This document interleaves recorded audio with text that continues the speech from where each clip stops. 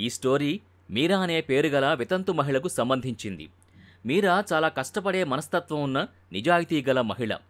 కానీ దురదృష్టవశాత్తు మీరా జీవితంలో జరిగిన ఒక ఘటన వల్ల ఇబ్బంది పడుతూ ఉంది. కొన్ని సంవత్సరాల క్రితమే మీరా భర్త చనిపోయాడు. రోజూ ఉదయమంతా పొలం పనులకు వెళ్ళి వచ్చి మళ్ళీ ఇంటికొచ్చాక ఇంటి పనులు చేసుకుని తినడం, పడుకోవడం, మళ్ళీ ఉదయాన్నే పొలం పనులకు వెళుతుంది. అయితే ఇక నా జీవితం ఒంటరిగానే ఉండడంతోనే ముగుస్తుందా అని రోజు తనలో తానే మదనపడుతోంది. సాయంత్రం పూట భజనలు, పూజలకు మనశ్శాంతి కోసం వెళుతున్నా మళ్ళీ రాత్రి ఇంటికొచ్చాక మీరాకు ఒంటరి అనే ఫీలింగ్ వస్తోంది. అయితే ఒకసారి ఎవరో మాట్లాడుతున్న వాయిస్ మీరాకు వినిపిస్తోంది. కానీ అక్కడెవరూ కనబడ్డం లేదు. అయితే ఒకరోజు మీరా వ్యవసాయ పనులకు వెళ్ళి తిరిగి ఇంటికొస్తుండగా మీరా ఉండే ఊరిలో ఒక చెట్టు కింద ఒక సాధువు ధ్యానంలో కూర్చుని ఉండడాన్ని మీరా గమనిస్తుంది. ఆ సాధువు మొహం దివ్య తేజస్సుతో వెలిగిపోతూ ఉంది. కళ్ళు మూసుకుని ధ్యానంలో ఉన్నాడు ఆ సాధువు. ఈ సాధువును చూసిన మీరా కొద్దిసేపు అతన్ని చూస్తూ అక్కడే ఉండిపోయింది. ఇప్పటివరకు మీరా ఇలాంటి ఆయన్ని చూడలేదు. ఆయన చుట్టూ ఒక శాంతి, ప్రేమపూర్వక వాతావరణాన్ని మీరా అనుభూతి చెంది ఇది ఒక మామూలు స్థలం కాదు, ఇది ఒక దివ్య స్థలమని మీరా లోలోపల అనుకుంది. ఇక మీరా దృష్టి మొత్తం ఆ సాధువు మీద పడింది. ఇక ఏమాత్రం ఆలస్యం చేయకుండా ఆ సాధువు వద్దకు వెళ్ళిన మీరా, మహారాజ్, ఎవరు మీరు? మీరు ఏ ఆలయం నుంచి వచ్చారు అని అనగానే మెల్లగా కళ్ళు తెరిచిన సాధువు చాలా శాంతమైన మధుర స్వరంతో, నేను అత్యంత గొప్ప సాధువును కాను, నేను ఒక మామూలు సాధువుని, జీవితం గురించి సత్యాన్వేషణ చేసుకుంటూ ఇలా జీవిస్తున్నాను అని మీరాకు బదులిచ్చాడు. వెంటనే మీరా, మీరు ఇంత ప్రశాంతంగా ఎలా ఉంటారు? నేను రోజూ చాలా సమస్యలతో బాధపడుతున్నాను. నా జీవితంలో ప్రశాంతత అనేది కొరవడింది.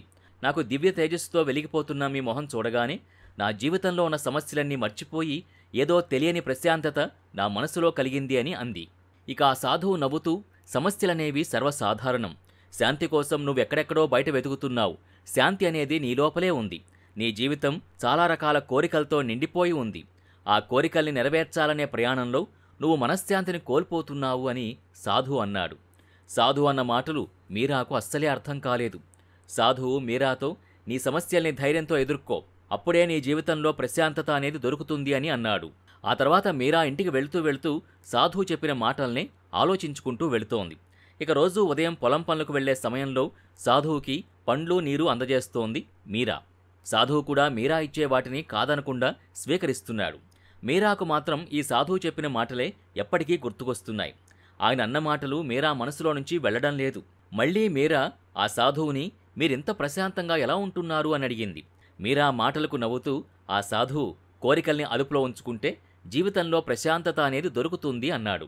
ఇక సాధువు మాటలు విన్న మీరా, మీ చుట్టూ చాలా ప్రశాంతత మరియు శాంతిపూర్వక వాతావరణం ఉంది. నేనిక్కడ మీ పక్కన కొద్దిసేపు కూర్చుంటాను అని అంది. ఎన్నో సంవత్సరాల నుంచి నా మనసులో ప్రశాంతత లేక మదనపడుతున్నాను అని అనగా మీరాతో సాధువు, నీకు బయట వాటిని చూసి బాగా కోరికల్ని పెంచుకుంటున్నావు. నిజమైన సుఖమనేది నీ మనసులోనే ఉంది అని అన్నాడు.